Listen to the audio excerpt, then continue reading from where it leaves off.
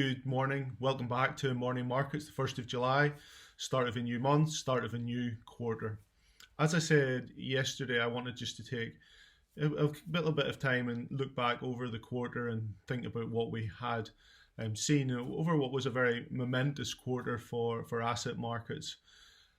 What can we say? That through the period we had a focus on monetary support, the fiscal support programs that were coming through from governments, COVID-19, how that was evolving both in terms of infection rates and then what were we seeing in terms of medical advances to treat COVID-19 and then think about the potential for a vaccine.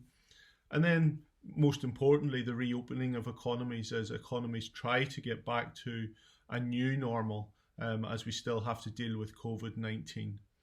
And then through the course of the quarter, I think what we also saw was increasing political rhetoric and political discussions around factors that were non-COVID-19. So if we think about the relationship between the US and China, the US and Europe, two examples of that we've been discussing. If we look at asset markets in general, what have we seen? We've seen very strong performances from equity markets over the course of the quarter, with in the US, the S&P up about 20%. If we look at Europe, we're about 18 to 19% in the Euro stocks. And then if we look at the UK, it's slightly more disappointing performance from the FTSE, up over 10% over the course of the quarter. Now, those are all good and strong returns that we've seen, and we've seen similar performances from bond indices as well, where we've seen a positive contributor to return over the course of the quarter. So strong performance for asset classes over the quarter, despite the backdrop that we've seen, albeit that is recovering from the very strong downdraft that we did see in asset markets in the first quarter of the year. Turning then to today, what have we been discussing as a team? And we've been looking at a number of things. One, thinking about the data that we've seen. What did we see today? We got the Casson, which is a private sector survey of purchasing managers in China. And again, that showed a similar trend to that of the government statistics of an improvement in PMI readings month on month for June, which was a positive to see.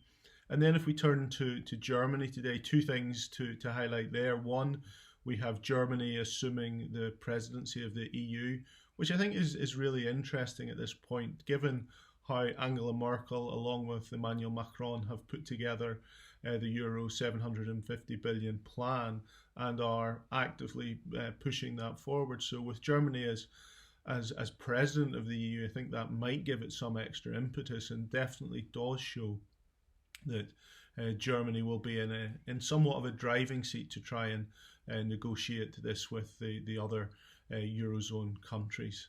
Also in Germany today, we did see a very material rebound in retail sales. Retail sales increased 13.9% month on month for May. That's a very strong number, even taking in the context of the decline that we saw in the previous month, where retail sales fell 6.5%. So strong improvement there, and shows that as economies do reopen, there is a degree of pent-up demand, and as consumers are able to make use of shops and retail, etc., they do that.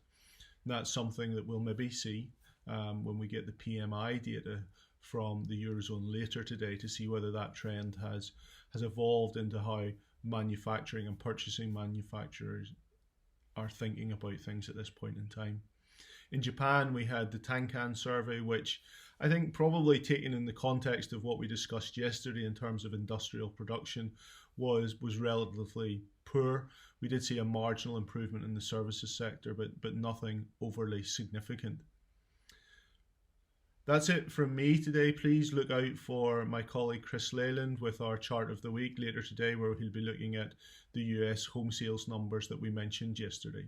Thanks for joining us. Goodbye.